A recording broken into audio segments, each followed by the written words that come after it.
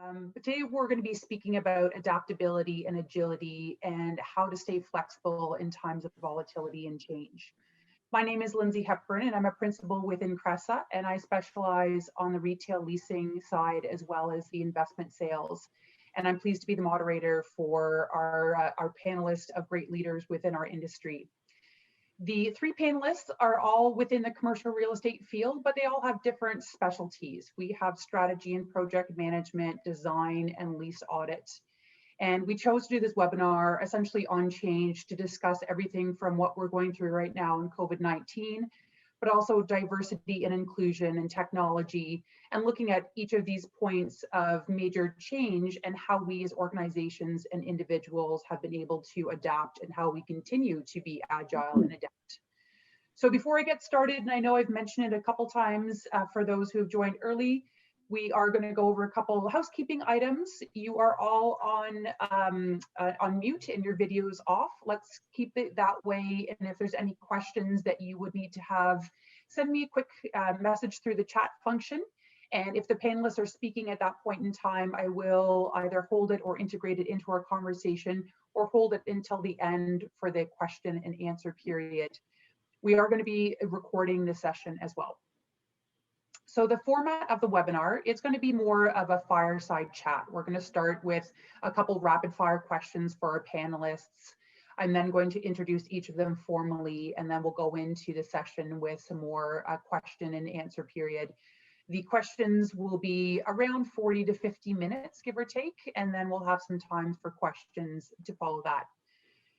It's now my pleasure to introduce our panelists, three women with whom I've had the good fortune of getting to know over the past number of years through the Cresa and SDI family. We have Barbara Wright, Joanne Chan, and Maria Nenciu. Hello. Hello. Hello, everybody. Okay, now it's we're going to pop right into the rapid fire section. And Joanne, I'm going to start with you with a rapid fire. What makes you laugh the most? My team members. Barb, what about yourself? Oh, I love it when people get silly and just get out of their own personality. I think we just share a lot that way. And Maria, yourself? I'd say children. I find them naturally funny. And Barb, what is your favorite food? Oh, vanilla ice cream, no question. Joanne, what's yours? So many. Sour keys primarily. Oh, okay. And Maria, yourself? Oh, I prefer Hungarian and Moroccan cuisine. Very nice. You guys could have a nice little buffet between the three of you. That'd be nice. Maria, what has been your COVID-19 guilty pleasure? Oh, knitting and crocheting. I learned the skill in the middle school and didn't practice much until recently. Being confined to indoors and looking for activities to relax in my downtime, I started again crocheting and I found it very relaxing, and the end results are beautiful and useful. Barb, yourself? Oh, sleeping in till 6 o'clock in the morning. I like that. That's your guilty pleasure is 6 o'clock sleep in. And Joanne, what about yourself? I have a lot of vices, but my biggest growth in terms of time spent is I have extended my playing time on Candy Crush. Oh. And for the three of you again, so our webinar is about adaptability and agility. So if you can, in one word, describe what that means to you. Maria? I would say challenge, perhaps. Today's economy, agility and adaptability have become desired competencies. They both demonstrate the importance of not being static, but instead embracing unpredictability and aligning business practices to environmental change. And for an organization, it takes both competencies to thrive and deliver outstanding success. And Joanne, what would you be your word for those two, agility and adaptability? I think it's actually that those two words add together equals transformation. One of the things that I think a lot of people have more time to pause, to think, to kind of reflect on the last 365 days or so, and really to not only transform personally, but also from a career as well as our industry or as well as their business. I think there's an opportunity there to be transformative. And Barb, yourself? I think they both invoke anxiety in people. Both of them involve change, and change is always difficult for some people, and I think it just makes people anxious until they can find a new sense of comfort with the change around them. So thank you for your answers to those rapid fire questions. And now that we've had a chance to get to know you a little bit better, I am going to introduce you formally to the group for anyone who hasn't had the pleasure of getting to know you. Barb, I'll start with you. Barbara Wright, you've been a principal at CRESA for most of its evolution.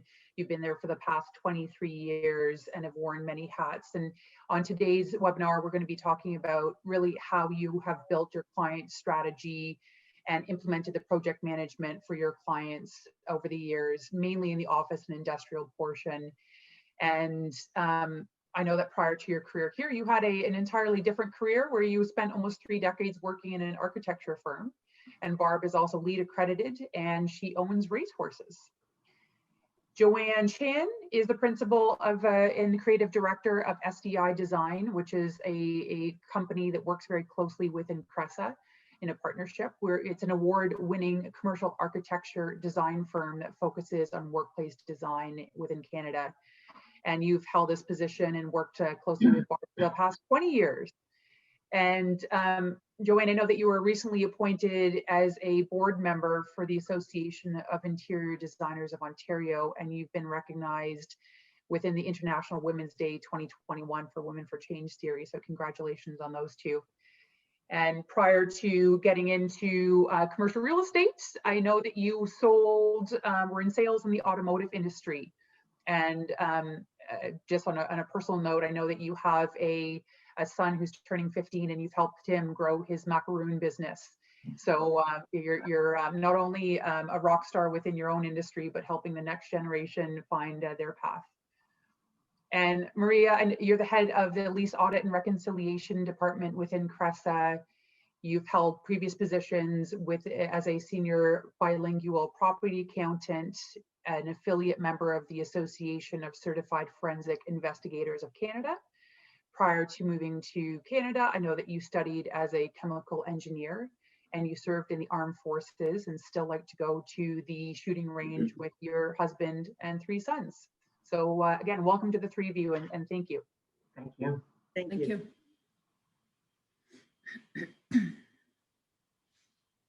So I'm going to get into the question session now.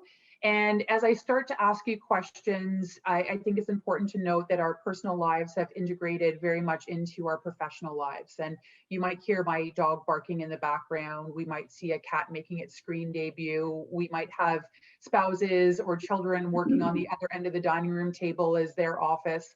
So as I'm asking questions, I'd really like to know the answer in a professional experience, but also how you as an individual have adapted through the change. So we'll keep it in the lens that we're all people and we know each other professionally, but these answers can be a hybrid of both. As I spoke in the introduction about each of you, you have all had different lives prior to joining into commercial real estate, and you were doing something different, and in many cases, much different than today. So what led you to make these changes, and how have you adapted within those big transitional timeframes? Joanne, or sorry, Barb, I'm going to start with you on this one. Well, thanks, Lindsay. When I think about it, I probably didn't think about it at the time, but it was probably a midlife crisis for me. As you mentioned, I've been at my previous position for close to 30 years, 27 years to be exact. I started there as a secretary, and I had the good fortune of working with someone who's a great mentor and someone who pushed me to just continue to improve and learn more about the industry that I was in at the time. I pursued my MBA as a mature student, and I was fortunate to be recognized as the first female associate in that architectural firm, which was quite an honor at that time. But as time passed, I really plateaued. There was nowhere further for me to go within the organization. There didn't seem to be any new challenges coming my way. So I felt at that point in time, if I didn't make change, it would be too late in life to do so. But when I decided to make a change, I really was very careful. I remember a recruiter telling me I would change 5 times before I found what I wanted. But I was very, very careful to make sure that when I did change, it was for a position that I knew where I could make an impact there, and I could work with people who I really would enjoy being with. I found my position at Cressa at that time. I believe I've adapted well. I believe I've made an impact on the organization and some of the people around me. And it really has been a win-win situation for me. But I think one of the really important things is I was able to adapt because I actually initiated the change. It wasn't forced upon me, which makes a difference. An important one to note. Joanne, what had led you into the position that you are today? So as you mentioned, Lindsay, I did sell cars and I also sold lighting and furniture. So when I graduated from art school, it's kind of hard to become an artist and make a living. So one of the things I found myself into is getting a job. But one of the things that I think I've learned in those positions is that many of us decided to, go into a specific professional career and forget that communication is really important. So having those positions as a sales associate, selling used Volkswagen, so cliche, used car salesman, was able to taught me what I need to do is to sell myself as a designer. So I went back to school, knowing that I need to get a job and I want to be in the creative field. So I interned in an architectural firm during school, and a lot of sort of defeat during those days because, as a young person, there's so many of us. And so one of the things I realized is that, I do need to make a decision. So in many ways, I think the career that I have kind of fit me perfectly. Beautiful things, wonderful people. I love to talk. So it's a sort of a pair of a career. But from a professional standpoint, I think being able to try a lot of things was those different experiments when I was younger led me to a career that I'm not afraid to try other things when I'm in my current position. And Maria, yourself? I was born and raised in Romania. And like any parent, my parents wanted to offer us kids a better future. And at that time, Eastern Europe was not the place for that. So the first change for me came when I left my country in the late 80s. Once I arrived in Canada, my intent was to resume my studies in chemical engineering. But due to health reasons, I had to choose a different profession that turned out to be accounting. And this was actually my second change that I went through. After living 16 years in Montreal, we found new and exciting opportunities in Toronto. So we decided to move. And that was my third change. Lastly, it was the change from working for as a property accountant for landlords to working as a lease auditor representing and helping tenants. With this current role, I feel that I achieved what I always wanted, to do what I love the most, and I can't be happier. Excellent. And as we're talking about change, obviously, and I mentioned when we first got on, we can't talk about change without talking about what's happened with this tiny little thing that's happened this last year throughout the entire world. And I know for our office, it happened to land on Friday the 13th. So that Friday, we ended up closing our office. And although we've been open through phases, we haven't been open to the same extent in almost a year. So coming up a year. This is something that many people have spoken about. It's going to be a hard one to nail down to a specific, but what have your clients seen as their biggest change? And more importantly, how have you seen them adapt through those changes as we've come through almost a year? And how have they shown their agility? Joanne, on your design side, I'm going to start with you. So a lot of our clients in the beginning was very reactionary, I think. Most of us were, making sure that our team members are safe, making sure that the business is intact. So there's a lot of those sort of, I often say it's like a 7-step of grief or something. So, denial, acceptance, anger, and all those feeling comes out. But I think as the world changed, people have actually, and companies have adapted quite rapidly. I think they have become more innovative. They became more flexible about their business, and they also was more determined to make sure that we're going to come up on the other end more successful than they got into it. So there's a lot to be said how companies have adapted. So some have done nothing and some has done a lot. So depending on what industry you're in, I think there's a different strategy to attack in terms of what remote work is about, how to address their staff and team members, their emotional requirement and wellness. And also technology is the biggest change, I think. A lot of technology has come to adapt what we call, work from home, as well as, meeting booking system, seat booking system. A lot of those technology has come to market. So I think the world has shifted to become more agile in the sense of adapting to what potentially could be a very positive comeback. That's great. And I like that you touched on technology, because we are going to go into that in a bit of a deeper level. But it's I think it's important to note that any of these changes, they're all intertwined, and it's definitely something that we've seen as being, look what we're doing right now. We're using technology in a different format than we may have been a year ago. Maria, for you, what have you seen for your clients as being one of the biggest changes?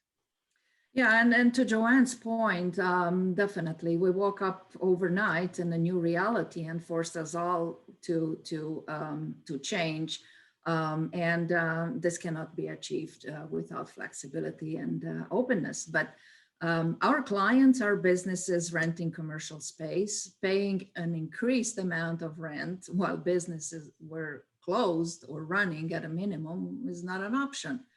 So business owners started looking towards downsizing space, deferring or lowering rent payments. Although this may be an option for some, other opportunities, I'd say it's to keep costs under control and to do a review of your landlord's compliance with various provisions under your unique lease. So lease audit is something that I'm glad to notice that more and more tenants are looking forward to as helping them these days. So. And Barb, if you're taking one of your many hats, but you're thinking about your strategy clients, maybe on the office side, what have you seen with them? Well, I think to the points made previously, our clients really were very agile. They were able to turn on a dime and make sure that their businesses continue to operate without any perceivable interruption. I have clients who went to the length of making sure that their employees were fitted out at home. If they needed their chairs brought from the office, that was done so that they could at least function at some level, understanding that many people don't have a proper setup at home. So I think there was a real focus on ensuring that employees felt some level of continuity and connection if they could. I think one of the biggest challenges for these people in adapting is that it is difficult. The isolation that people are feeling, the lack of connectivity that people are feeling due to the length of this disruption has created a lot of stress for people. So I think particularly HR and facilities people are still trying to help their people adapt and make sure that they do have some level of support and the emotional support and the social support to the degree that they can. So that is not particularly real estate related, but I think it's organizational. And I think it's something that most companies have tried to cover off during this period of time. I think your answer is fantastic, because part of the second question that I wanted to ask each of you is, how have you individually adapted? And I know, again, talking about many hats, it's not just what you have in your personal life, but caring for family members, caring for people in your own household, maybe family and friends. So I'll ask you again, Barb, with yourself, how have you noticed your certain changes at home, or how have you adapted to maybe carrying a bit of a heavier load on your shoulders, where it's not a separation between your work life and your home life? Well, that's very true, Lindsay. To me, adaptation is an ongoing process. You don't adapt in a minute. You know, it takes time to absorb changes and internalize them.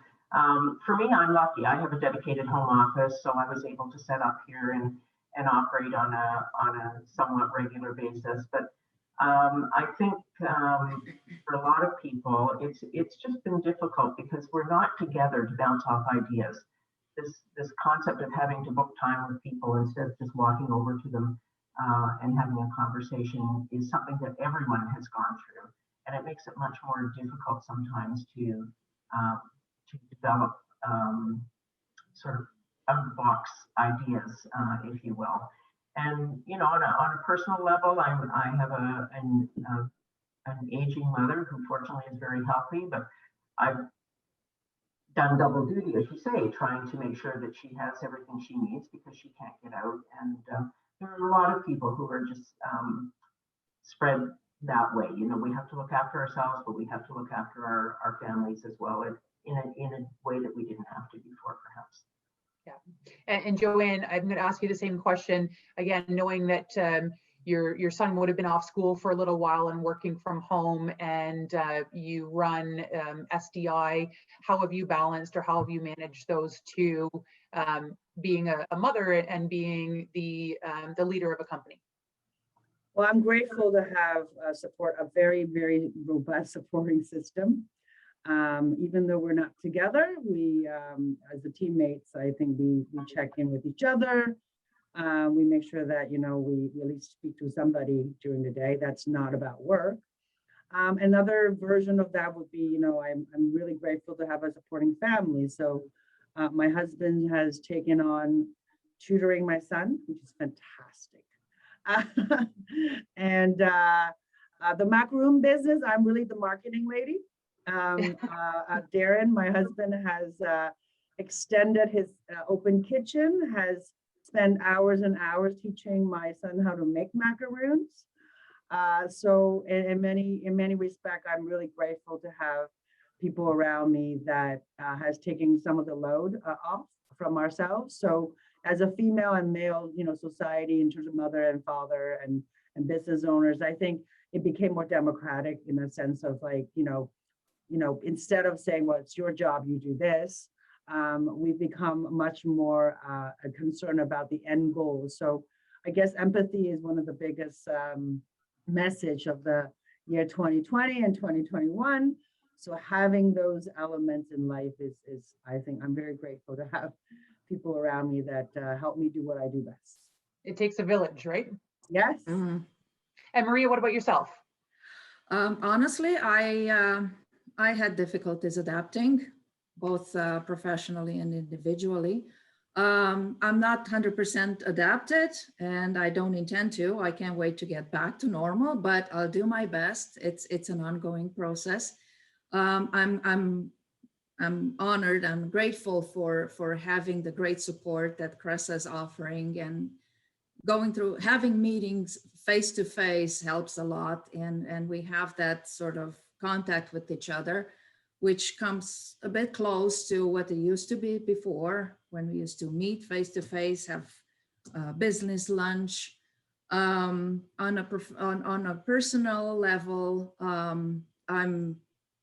I have a young, great son. I haven't had a chance to see him. I can't wait to be able to do that. So it definitely affects us, but we're hopeful that soon that's going to happen, and we'll be able to interact again.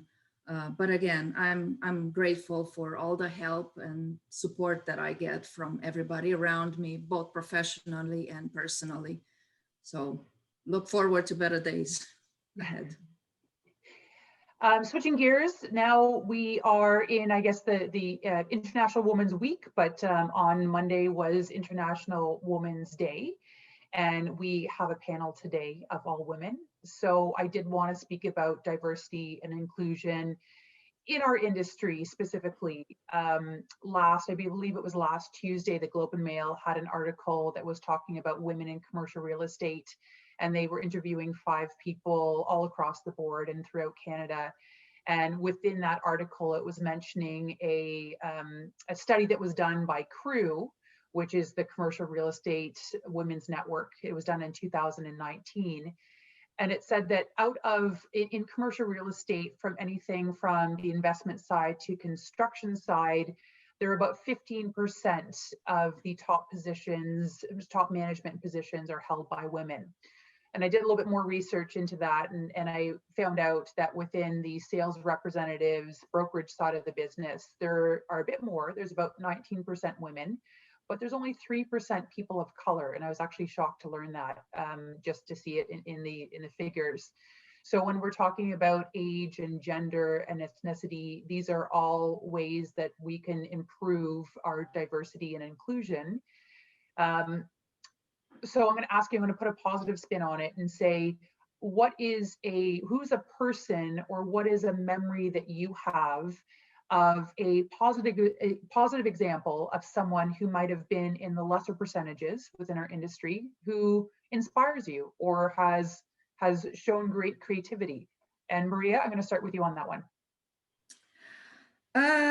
One example that I could talk about is actually I would like to talk about Cressa. I've joined the company almost 3 years ago, so I haven't had a chance to get to know well everybody.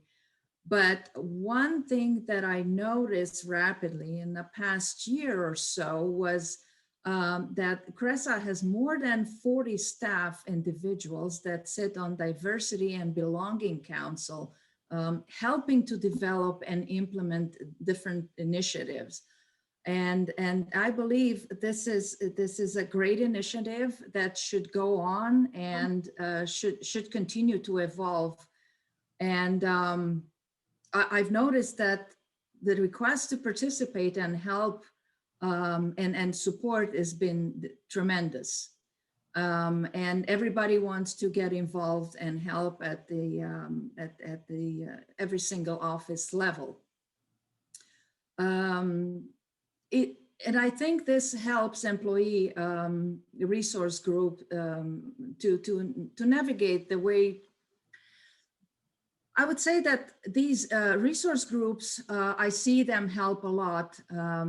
Everybody navigate their way around the company, find the community that fits them well, discover synergies they probably didn't know it ever existed. So I believe overall that this is a great example, and it is vital for the company to grow and success. So.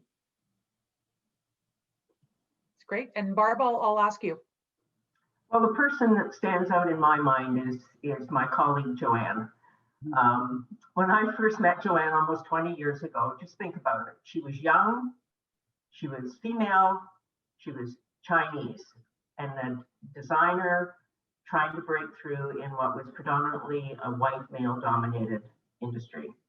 And to boot, when I met her, she had purple spiked hair, so she just had everything stacked against her. But what she had going for her were all of the things that you can't see. She's a gifted designer. She's very talented. She has an engaging personality. She has a tenacity that really is just so admirable. She's just like a bulldog when she gets onto things. And she's got a real strong work ethic. So you know, in a world where she might have just been so isolated, she worked hard, she learned, she engaged herself with people. And one of the things that eventually happened, I mean, she now owns her own design firm, but she surrounded herself with people who could support her in the tough times. It certainly hasn't been a smooth trajectory for her. There were days that were really a struggle, and there were days where there were some tears, but you know, she stayed strong and she's got a good support network. She has a great team around her now. And she's just a real good example of what a woman who had things stacked against her can achieve. You're gonna make me cry now, Barb. But it's true. It's true. Thank you very much for the kindness. And Joanne, what about yourself? Well, on the opposite side, when I started this career, there wasn't many women who was in any leadership position. Most designers are, actually, funny enough, most designers are female. 20 years ago, the majority of the firms in Toronto are run by male principals. And, you know, I worked at a firm that was owned by my previous partner who was a male. And there was very few female, there was a few female real estate agents. There's probably no female project manager at that point in time. And Barb is the person that I, you know, got really connected with. And as an immigrant, you know, people still joke around, everybody in the office joke around that I still can't write to save my life. And Barb has been very kind to say, you know, it's okay to not know everything, and she was very supportive in many things. We weren't really working together closely at that point, but I saw Barb as a person that, as she mentioned, she switched career halfway through. She is one of the most licensed female person that I've known. She has an MBA. She works in an architectural firm, so she can read drawings. She's got LEED certification. She's a broker. Like, there's so many things this woman had that I was like, wow, she's so cool. And she was one of the few people that actually lended a hand and helped my career. So I think in many respects, you know, it looked like only days ago I had pink hair and purple hair and braces. But it, you know, that 20 years flew by so quickly. Flew by so quickly, and I really appreciate Barb, you know, support. And my nickname for her is Barbie, and her nickname for me is Jojo. It is great that you have that camaraderie, and just a personal antidote for myself is I've been within the Cressa family for just over 7 years. And I'll say that having seen the two of you interact and within the organization, it's so nice to see people. It's not a Cressa commercial, but it's so nice to work with people that truly enjoy each other and that are able to support each other inside and outside of the network. And I just love that the two of you have over 2 decades of stories and ups and downs. And as you said, Barb, tears and joy and everything that goes along with a really good supportive connection. And that actually leads into the other question that I'll have is, all three of you are leaders within the community. You're leaders within your individual segments within the community. So if you go back to the spiky purple hair braces, Joanne, or anyone who's starting off in the career, what can you say to someone who's looking at the three of you as thought leaders and drivers within the industry? How do you help them move forward, either as an individual, or how can an organization help people feel comfortable as much as we might feel within our organization? Joanne, why don't you take the lead on that one? So I would say for a lot of younger women in the industry, I think finding a mentor, just like I have, not just Barb, but many others, I've been able to find mentors to learn from. And also, I think work ethics is really important. And I think from the pandemic side, a lot of us have lost that connection of mentorship, potentially not able to express their frustration. So one of the things I think when we go back to somewhat a normal scenario, Having an opportunity to find mentorship is really important, but also having hope is probably one of the most thing I would tell a young designer. And I myself do mentor a few people, and I do tell them it's okay to not be okay. And it's okay to need to work hard now because you have an end goal. So having those milestones that you set for yourself and be okay to be wrong. And I love my life because I try so many things and nothing really pans out the way I want to. And having, so many adventures. And if you are a designer, true creative person, this is very cliche to say, it's the journey that counts, not the destination. Maria, what about yourself? How would you encourage someone coming up in the career? Well, there's no straight path to becoming a lease auditor. From what I know, there are no university studies that prepare students to become a lease to have a lease audit diploma at the end of it. But one way to get there, if you're passionate about helping people in real estate, is to if you have experience in either property accounting or leasing, anything in real estate, basically.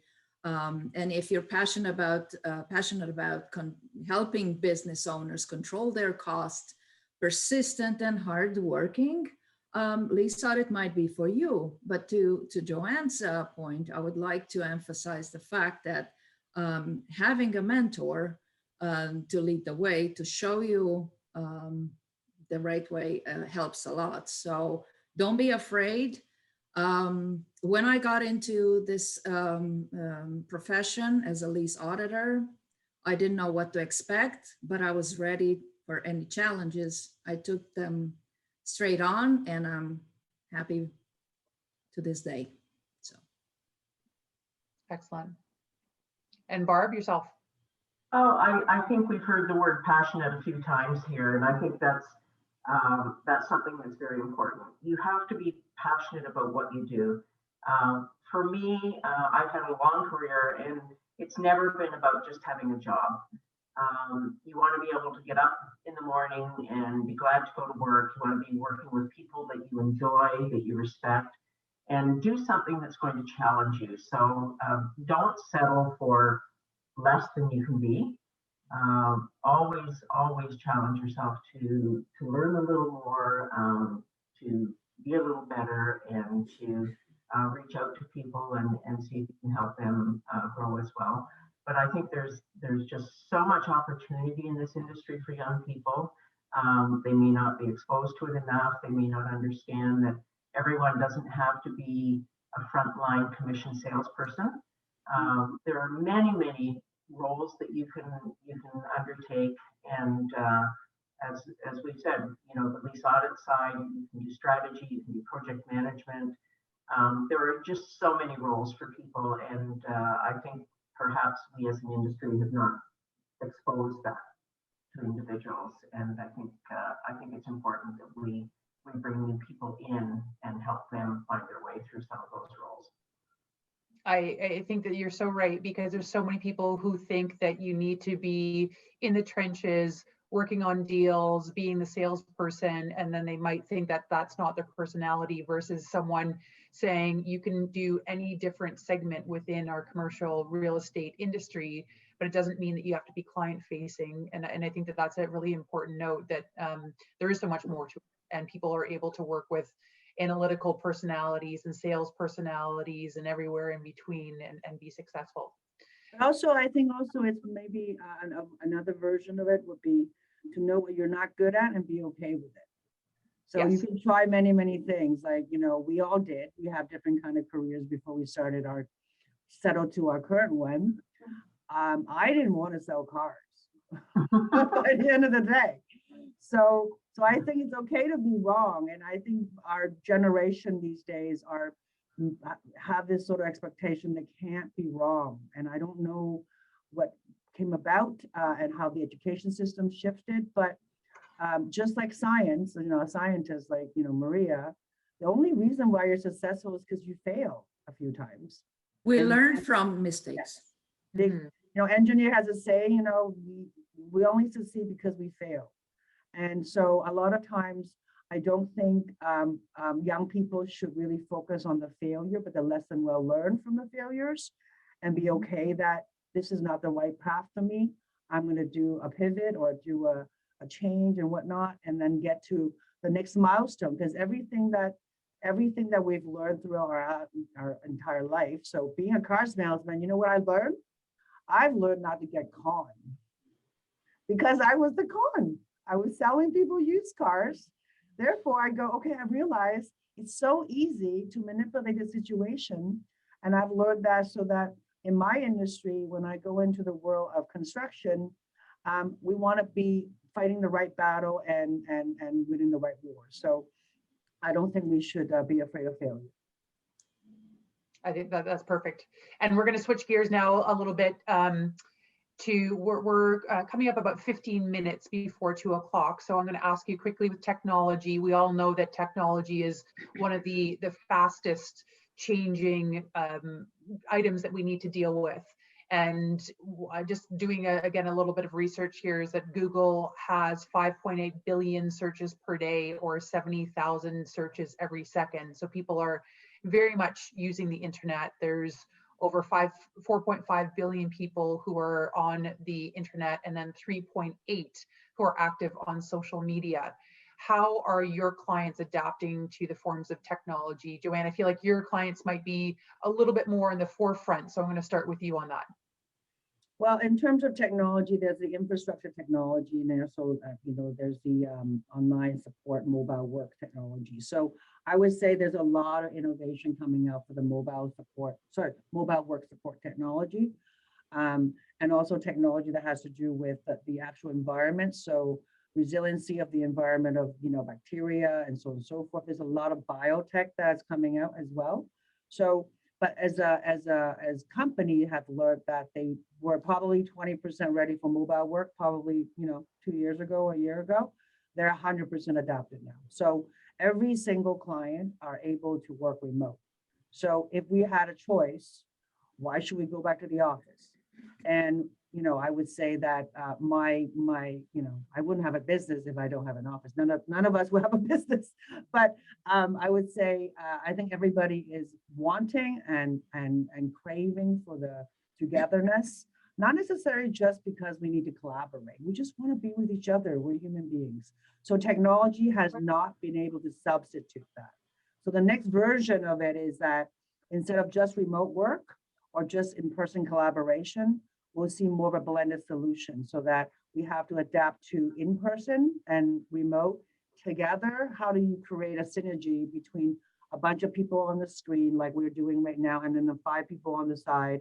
So there's this sort of dynamic that we need to shift. So a lot of organizations like Microsoft, like many others, have tried to figure out a technology that will change your perspective from a physicality and a digital physical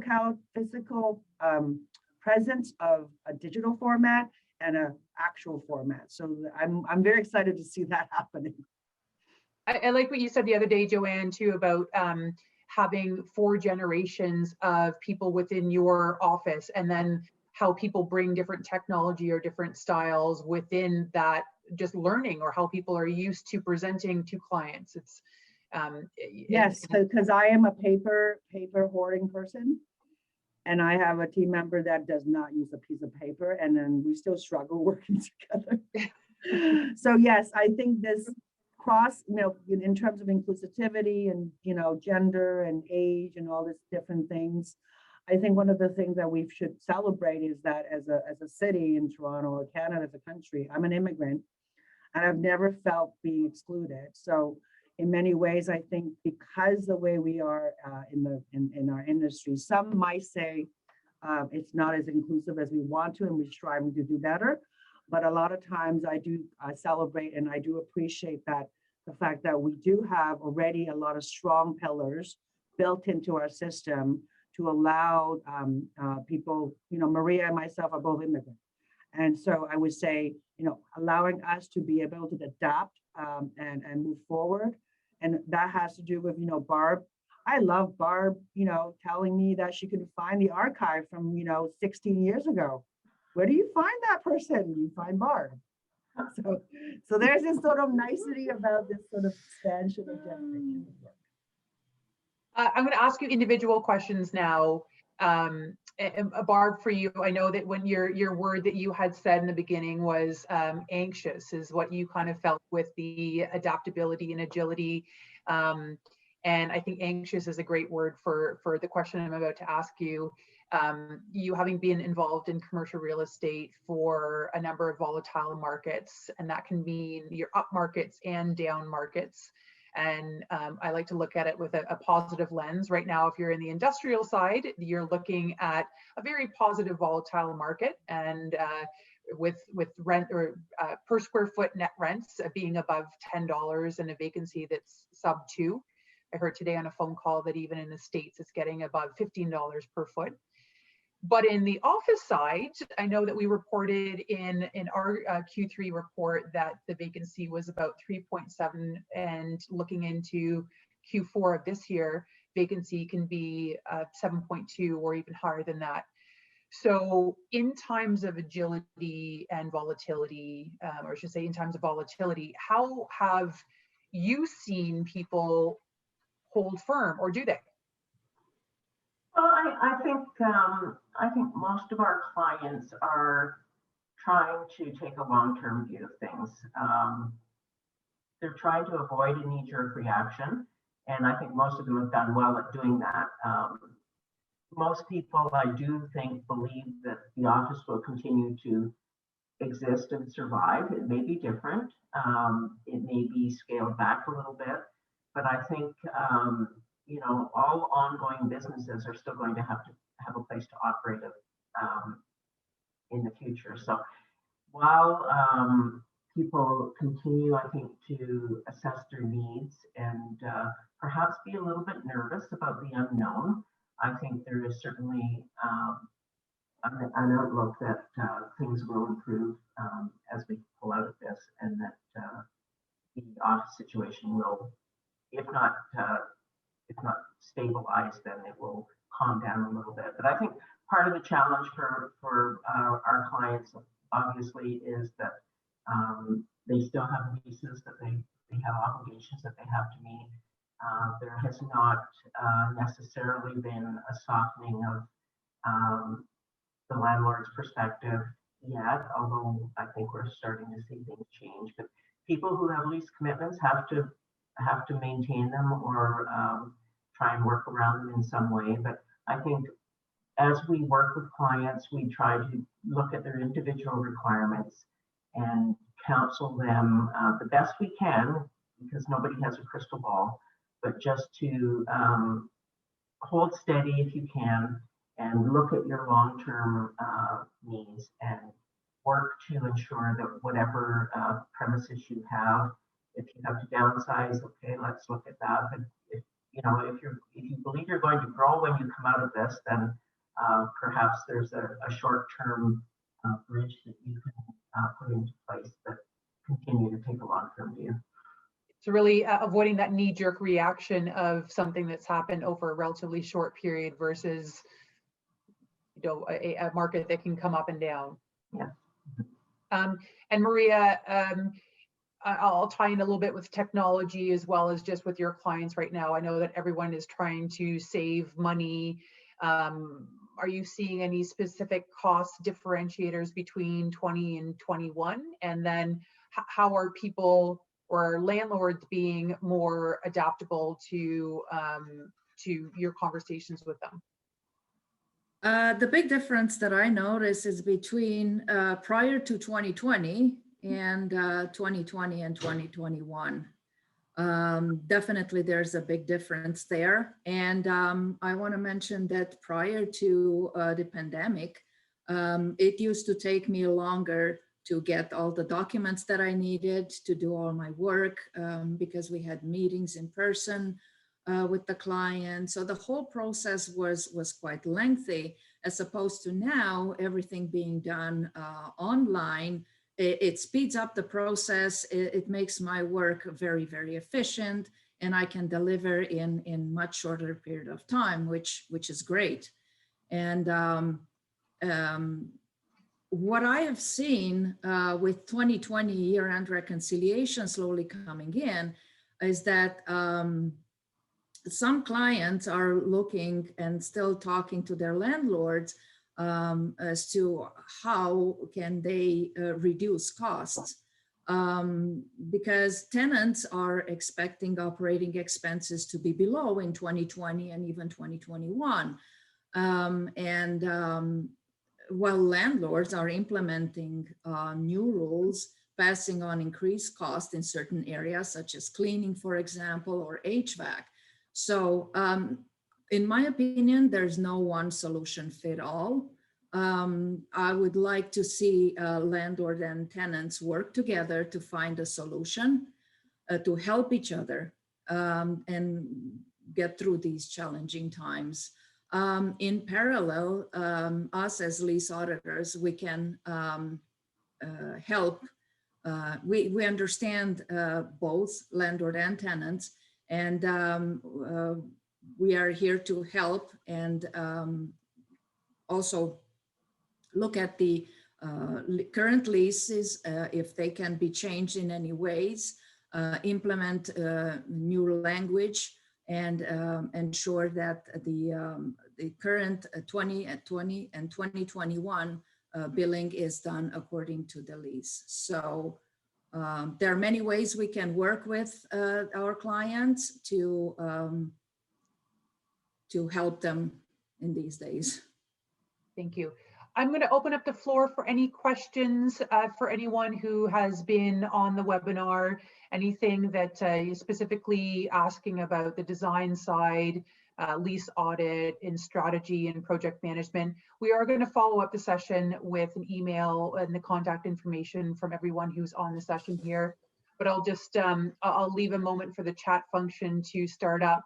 If there are no questions, and I'll say goodbye right now, and just thank you to the three of you for joining this session, for letting us know a bit more about your thoughts and how to manage the volatile market and your examples of agility and adaptability. And I hope that everyone has a fantastic day. Enjoy the sunshine and the warm weather.